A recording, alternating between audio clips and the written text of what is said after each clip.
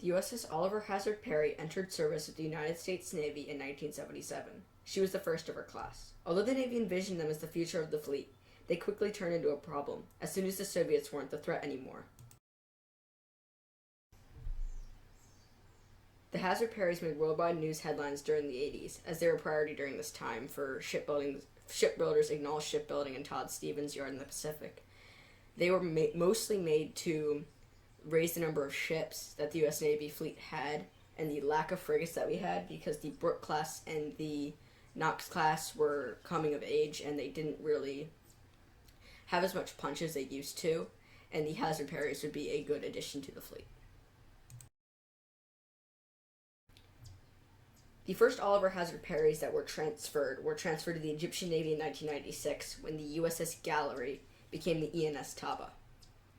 38 have been retired so far. The rest of the total 71 built are still in service.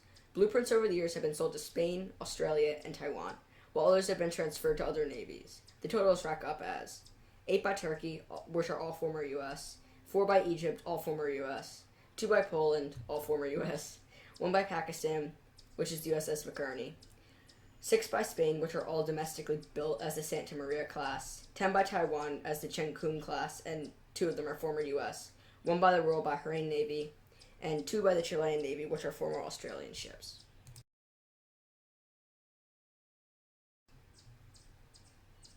Reason number 1 why US allies like the Hazard so much is because they are effective when you are facing smaller enemies, like Egypt, whose only real threat to their sovereignty in the region is Sudan, who has a minuscule navy and can't really stand a fight toward Egypt.